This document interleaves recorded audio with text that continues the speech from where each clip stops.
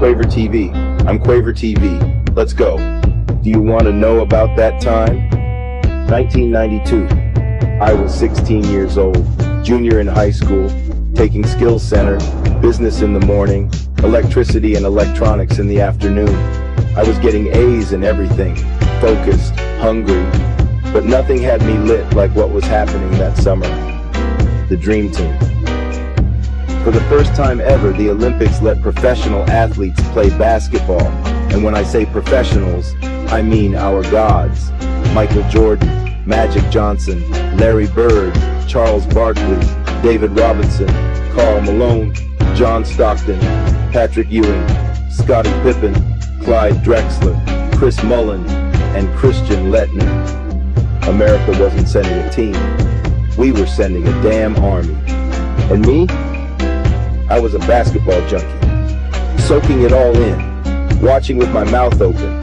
This was something you feel in your bloodstream, like electricity, like pride, like finally seeing everything we loved about the NBA wrapped in a flag and aimed at the world. But yo, let's talk about those games.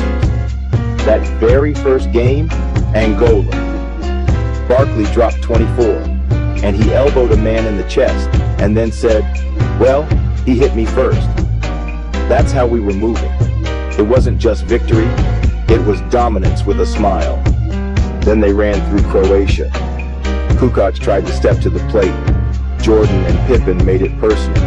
They hunted him, blew him up at every possession, sent a message straight to Jerry Krause through the TV screen. This is your future? Watch what we do to your future. Spain, cooked. Puerto Rico, handled. Lithuania, smoked. Every single game, undefeated. Not just winning, crushing. By an average of 43 points. The world had never seen anything like this. Magic Johnson, still smiling, still Showtime, throwing no looks like it was the Forum. Bird, back broken, barely moving, but still deadly when he pulled up. And Jordan was cold, silent, surgical, stealing passes, dunking in transition, just ending hopes. But the real action, it wasn't just in the games, it was in the scrimmages, that legendary Monte Carlo practice, Magic versus Jordan, trash talk at volume 1000, Pippen flying, Barkley bodying, coaches standing back and just letting it happen. That practice alone might have been the greatest basketball game ever played. No cameras, no crowd, just gods sharpening each other. And while the world was losing to us on the hardwood, they were watching us like fans. No bitterness, just awe. Teams asking for autographs after they got blown out. Grown men smiling like kids just to be in the same building. But yo, the Dream Team wasn't the only thing happening that year. Florence Griffith Joyner didn't run, but the memory of her record still echoed. Gail Devers came back from a thyroid disorder and won gold in the 100-meter dash by 1/100th of a second. Her foot literally stretched over the line. The USA women's basketball team didn't win gold, they got bronze. But Teresa Edwards was out there leading, fighting, laying the foundation for what was coming with the WNBA. The USA men's relay team, one of the most powerful of all time. Carl Lewis, still a monster. He won his 8th Olympic gold in the long jump. Even in other sports, we showed out. Oscar de la Hoya won gold in boxing. Wrestling had the Schultz brothers. Men's volleyball got bronze. The games were full of stories, triumph, comeback, heart. But the Dream Team, that was the crown. That was the face, the banner, the soul. And it should have been the moment that brought every great American baller together. But some names were missing. And the reasons? They weren't about skill. They were about something else. You want the rest? Stick around. They called it the Dream Team. But dreams don't come true for everybody. Because while Jordan was lacing up and Magic was smiling for the cameras, there were names that should have been on that roster and weren't. Let's start with the most obvious one, Isaiah Thomas. Zeke, two-time NBA champion, Finals MVP, one of the greatest point guards to ever touch a basketball, leader of the Bad Boys Pistons, ran the East before Jordan ever got through. And yet, no invite, not even a whisper. He was eligible, still in his prime, still putting up numbers, still running teams off the floor. But somehow, the man who beat Bird, beat Magic, and kept Jordan in the dirt for years, got left out. Now here's where the politics creep in. There's no official reason why Isaiah wasn't picked, but the trail is hot. Michael Jordan made it clear. He wasn't playing if Isaiah was on that team. He never had to say it in a press conference. He didn't need to.